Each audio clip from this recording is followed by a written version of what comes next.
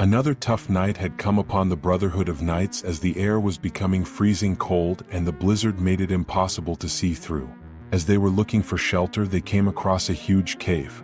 When they entered the cave, they found a boiling pot of stew simmering over a fire. The hunger and exhaustion had clouded the knights' judgment, and even though they shouldn't, they started to indulge in the strange-looking stew. While the knights had their guard down, out of nowhere, a big green goblin appeared and started yelling at them, using every swear word known to man.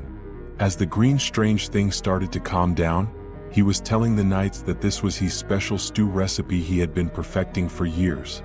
He said that the stew was supposed to be a strong hallucinogen, one that could get anyone higher than a kite. It was almost ready, it just needed one final ingredient: a giant's finger. Since the knights felt bad for indulging in the goblin's weird stew without permission, and in hopes of getting more food, they agreed to get the necessary ingredient. They went deeper into the cave as the goblin told them that a dead giant was not far from their location. Some time passed, but eventually they stumbled upon the dead giant.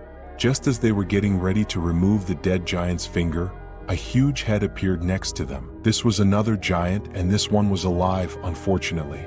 The giant seemed pissed off and was about to smash the knights to pieces, so the battle ensued. The giant was charging at the knights with all his rage, and the knights did their best to dodge the monstrous beast. Little did they know, the knights had a surprise up their sleeve. Since the knights had feasted on a soup made from gnomes in a previous adventure, they had obtained some of the gnomes' magical powers and were able to adjust those powers to their needs. As the giant stomped and ran around like a big, brainless beast, the knights unleashed a barrage of firebolts on the giant. Unable to take the punishment the knights were dishing out, the giant fell to his knees as if submitting to the knights. Even though the challenge proved a lot more difficult than initially thought, the knights acquired the giant's finger. Even better, they managed to acquire it from a living giant. Upon their return, the goblin was waiting for them with an ugly yet delightful smile.